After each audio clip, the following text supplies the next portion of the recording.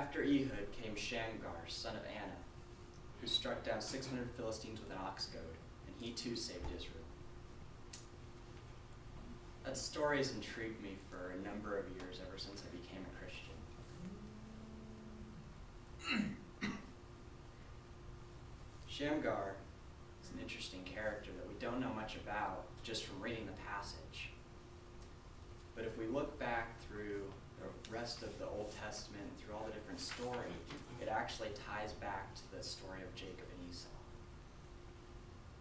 Most of us know the story of Jacob and Esau. Jacob stole the blessing from Esau, and Esau was very angry about this, obviously, because it was his inheritance, what came from his family history, his background, everything that he would pass on to his children. And Jacob left.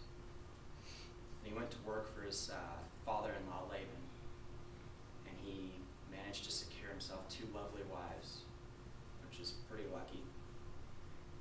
If we look back into the story of Genesis, of Leah and Rachel, we have 2 sisters. One who was very beautiful and who Jacob originally intended to marry, and one who was not quite so amazing to look at, and Jacob probably didn't want in the beginning, but got tricked into marrying. After 14 years of servitude, he found himself with these 2 wives. He goes back to his family, and he realizes it's his time to start his reproduction process. And so Leah gives birth to a child. Of course, with the conflict between the 2 sisters, Rebecca gets jealous of this new child that Leah has. But because of the jealousy, God made Rachel barren. So Rachel, in order to kind of one-up Leah, she hands Bilhah, her servant girl, over to Jacob and says, "Here, reproduce with her."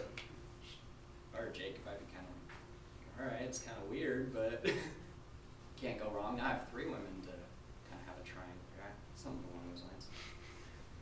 And so Rachel gives birth to a son, and then she gives birth to, her servant gives birth to a son. Then her servant gives birth to another son whose name is Naphtali. And that's the name that we can tie back Shamgar to. We look into Joshua, when the Canaanites invaded the land, there were the 12 tribes, and they were each charged to take over a certain area of Canaan. After Joshua kind of entered the land, and they fought all the battles and so on. And Naphtali was charged to take over a land called Beth Anath. If we look at the name of Shamgar, we have the designation son of Anath. If we tie that back, we kind of have an interesting idea that Shamgar was probably bred from this original conflict between all of these different people. So he has kind of a convoluted, corrupted family history, if you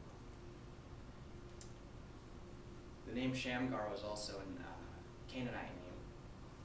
So likely Shamgar was not an Israelite, and if he was Israelite at all, he was half Israelite. So an interesting character in this man, because he wasn't Israelite fully. He had intermarried with these people and kind of had this outlook, probably. I'm a farmer, I'm not Israelite. He probably didn't care about the Philistines invading the land. It wasn't that big of a deal to him if he just looked at his family history. If it was up to him, he might have even considered, these people came into my land and tried to take things over from me. It's not important. And then we look at the next significant part of the story, where we have an ox goad. And if we actually look at what that instrument was, I tried to find one at Home Depot. They don't actually sell them anymore. Turns out they're kind of out of style.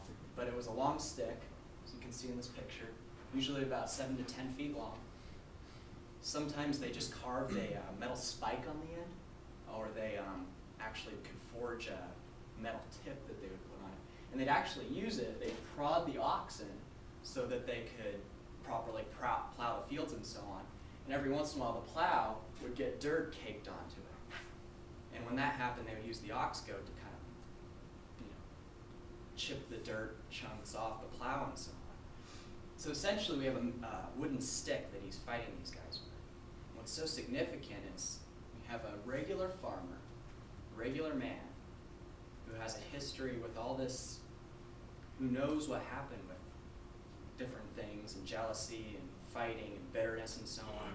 And yet he still took that long stick and impaled 600 well-armored men who were trained in battle. I'm just a little curious how that would have looked.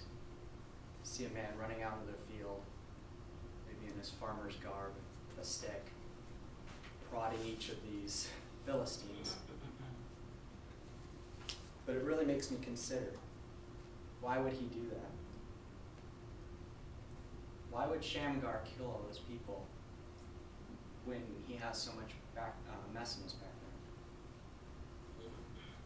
I think we can understand an important principle that Shamgar used in this situation where he stood up for his country, and it lies within following the will of God. Which brings us to the very first lesson of living from the will of God, just to live in the present. We can't allow our past history to affect our future. We can't affect things that have happened to us, conflict and corruption with our families, with our friends, with our country, all these different things. We can't allow those things to affect our future and what we do with it. Shamgar used what he had and what was given to him, and he saved his country from the people, or saved from the Philistines. I found an interesting clip from Lord of the Rings that I'd like to share with you guys. Some of you may have seen the movie, some of you may have read the books. One of the characters, Frodo, is a hobbit, which is if you've ever seen the Little People, midget wrestling, the Superman where they have him all pulled and jet, that type of stuff. He's about that size, one of those little guys. And in the movie, the plot is that Frodo finds a ring. And that ring has the power to take over the world. And Frodo is charged with carrying that ring into the fires of Mount Doom, which is this big volcano place, and tossing the ring into the fire, melting it, so on, saving the world. And the clip I'm going to show you is actually a short exchange between Gandalf, the leader of the group who's helping Frodo towards the fire of Mount Doom.